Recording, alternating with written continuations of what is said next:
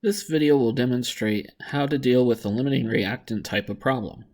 In this problem, you're given two different masses of reactants and are asked to determine how much of the product could be produced based off of, well, you guessed it, what the limiting reactant is.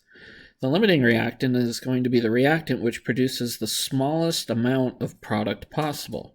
So we're going to have to do two problems in this particular example. We're going to have to do some stoichiometry involving the sulfur, and then we'll go ahead and also use some stoichiometry involving the oxygen and see which one of those two produces the smallest number of grams of sulfur trioxide. So, let's get cracking. The first thing we need to do is check to see if we have a balanced equation. And in this case, yes, I've gone ahead and given you a balanced chemical equation. That is, it takes 2 sulfurs plus 3 oxygens to produce 2 SO3 gas, or sulfur trioxide.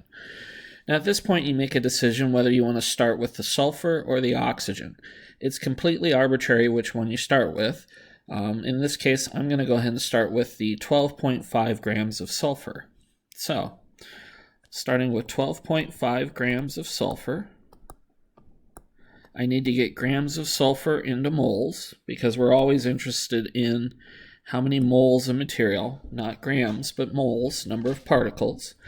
And I know, looking at the periodic table, if I have 32 grams of sulfur, I have 1 mole of sulfur.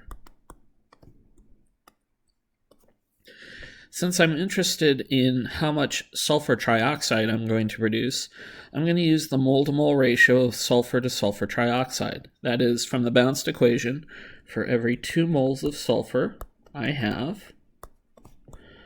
get 2 moles of sulfur trioxide. From here, we've got moles of SO3, but again, we want to be able to relate this to our world, so we don't have a mole machine, we have something that measures grams, so we have to get moles of sulfur trioxide back into grams. So 1 mole of sulfur trioxide has a molar mass of 80 grams per mole.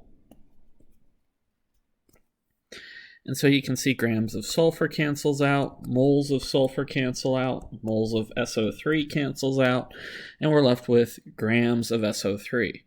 And when I run that through my calculator, I get 31.2 grams of sulfur trioxide. Now, that doesn't mean I'm done at this point. I need to go back and do the same thing using oxygen now as my limiting reagent. If oxygen produces fewer grams of sulfur trioxide, then oxygen is going to indeed be the limiting reagent. Otherwise, sulfur will be the limiting reagent. But let's go ahead and prove that. So, I got 17.2 grams of oxygen in the form of O2.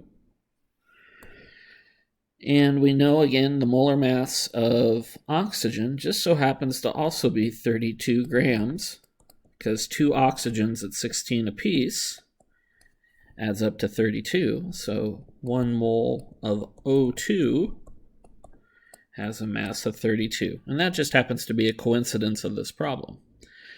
Once I'm at moles of O2, then what I can do is use my mole-to-mole ratio again. It takes 3 moles of oxygen to produce 2 moles of SO3. And again, this comes straight out of the balanced equation. We've got our 3 here, we've got our 2 there. So, like the last problem, we now need to get back into grams of sulfur trioxide. So we know 1 mole of SO3 has a mass of 80 grams. And if I go ahead and do a quick calculation in my calculator, I get about 28.7 grams of sulfur trioxide. So, what's the limiting reagent? O2 is the limiting reagent. It produces the fewest amount of grams of our product, which by definition makes it the limiting reagent. We run out of oxygen first before we ever run out of sulfur. So O2 is limiting, and we would expect to get 28.7 grams of sulfur trioxide from this reaction.